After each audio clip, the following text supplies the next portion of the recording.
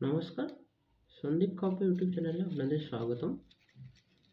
আমি আপনাদের প্রথমে যেটা পড়িয়ে শুনিয়েছিলাম, শ্রীমদ্ ভগবদ্গীতার প্রথম অধ্যায় অর্জুনের বিষাদ যোগ। ওতে একটু সংক্ষেপে বলে দিতে চাই।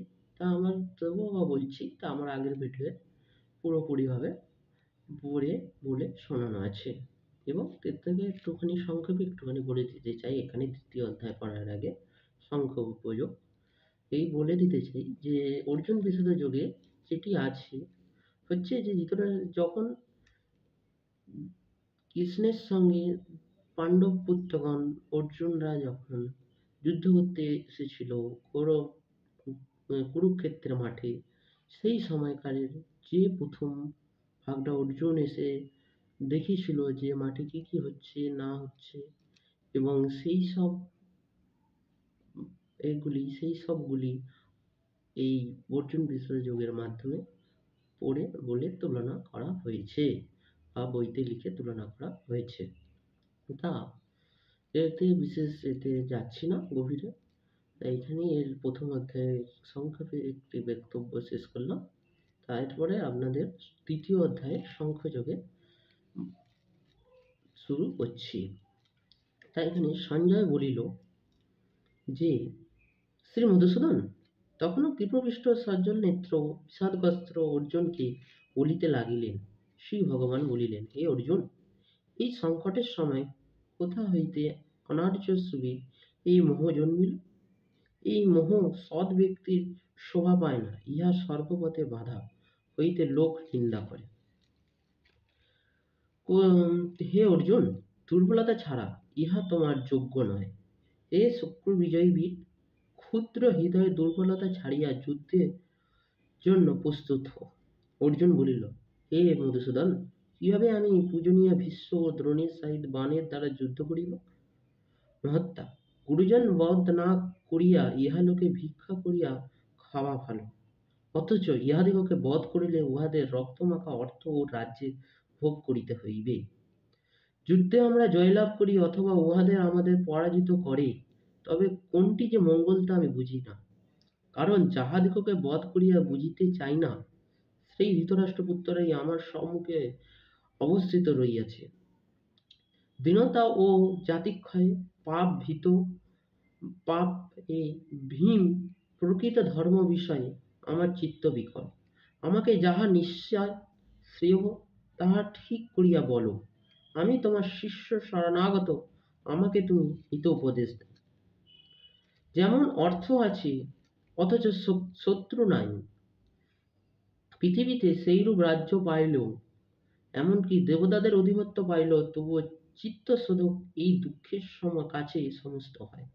সঞ্জয় বলিল, শত্রু বিজয়ী অসলতা শূন্য অর্জুন। ভগবান শ্রীকৃষ্ণের এই সকল কথা বলিবার পর বলিলেন, আমি যুদ্ধ করিব না। ইহার পর অর্জুন বাক্য হইতে বিরত হইল। হে রাজন, উভয় সৈন্যদলের মধ্যে দুঃখিত অর্জুনকে বিষাদগ্রস্ত দেখিয়া শ্রীকৃষ্ণ হাস্যমুখে এই কথা বলিলেন। শ্রীকৃষ্ণ বলিলেন, যাহা শোক করা অযোগ্য সে বিষয়ে অনুশোচনা করিতেছ, আবার জ্ঞানীর মতন কথা বলিতেছ, কিন্তু জ্ঞানী ব্যক্তির মৃত বা জীবিতের জন্য কখনো শোক করে না। আমি তুমি বা এই রাজারা যে ইতিপূর্ব ছিলাম না তাহাও নহে, কিংবা পরেও যে থাকিব তাহাও নহে। যেমন প্রত্যেকের জীবনেই বাল্য, যৌবন ও বার্ধক্যতা দেখা দেয়, আমাদেরও অন্য দেহে চলিয়া যাওয়ায়, তেমনি মৃত্যুও একটি অবস্থা হইতে পণ্ডিতেরা কখনো বিচলিত হয় না। তাই বলছে, হে অর্জুন, ইন্দ্রিয়গণের সহিত বিষয়ে সংযোগ সুখ দুঃখ শীত গ্রীষ্ম বোধ জন্মায়। অতএব এই সকল অনিত্য বিষয়ে তুচ্ছ জ্ঞানের সহ করাই সঠিক। হে পুরুষ শ্রেষ্ঠ, যে ব্যক্তি জ্ঞানী তিনি এই সুখ ও দুঃখকে সমান মনে করে।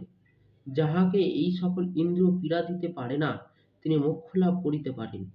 অনিত্য বস্তুর অস্তিত্ব নাই, নিত্য বস্তুরও বিনাশ নাই। তত্র দর্শন হইয়া প্রকৃত রূপ জানিতে পারিতেছেন। যিনি সর্বত্র ব্যাপী তাহাকে অবিনাশী বলিয়া জানিও। সেই অব্যয় আত্মাকে কেহ বিনাশ করিতে সমর্থন হয় না। পণ্ডিতেরা বলেন, এই দেহধারী আত্মায় নিত্যবত্ত ও ভোগরহিত ও পরিমাণশূন্য এই আত্মায় দেহগুলি বিনাশ হইবে। অতএব হে অর্জুন, যুদ্ধ কর। যে ব্যক্তি আত্মাকে হন্ত বা হত বলেন, তাহারা উভয়ই কিছু জানে না। কারণ আত্মা কাহাকে বধ করে না বা কাহার দ্বারা হত হয় না। এই আত্মা কখন কখনো জন্মে না বা মরে না, বারবার জন্মিয়া সে বৃদ্ধি পায় না। ইহাই ক্ষয়ক্ষতি কিছু নাই। ইহা আজ নিত্য, সশস্ত্র ও চিরপুরাতন। ইহার দেহ হত হইলে আত্মা হত হয় না। এই আত্মা সর্বদা এক প্রকার, উহা জন্ম বৃদ্ধি ক্ষয়হীন। হে পার্থ, যিনি এইভাবে আত্মাকে জানেন, তিনি কাহাকে বা বধ করেন বা করান। মানব কারণে যেমন পুরাতন বস্ত্র ছাড়িয়া নতুন বস্ত্র পরিধারণ করেন, সেইভাবেই আত্মাও পুরাতন দেহ ছাড়িয়া নতুন দেহ ধারণ করে।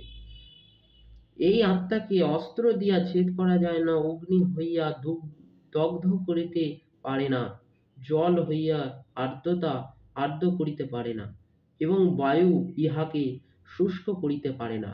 এই আত্মা ছিন্ন, দগ্ধ, শুষ্ক, সিক্ত হয় না, ইহা চিরকাল একইভাবে আছে।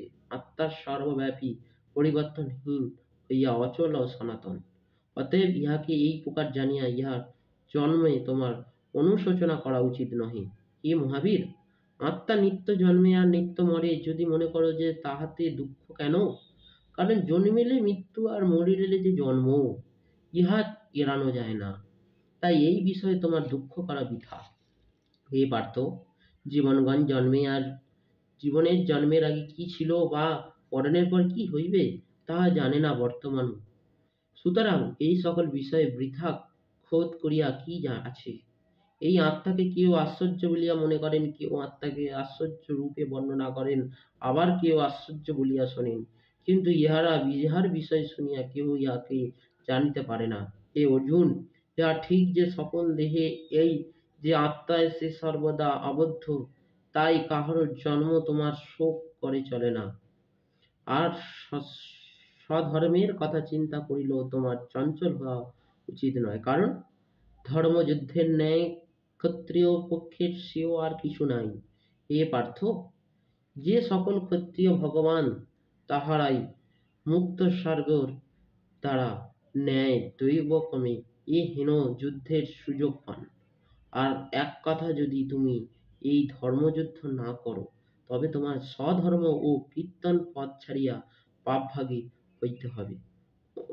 তাছাড়া লোক সর্বদা তোমার নিন্দা করিবে, স্থানীয় লোকের অকৃত্রিম মরণ হইতে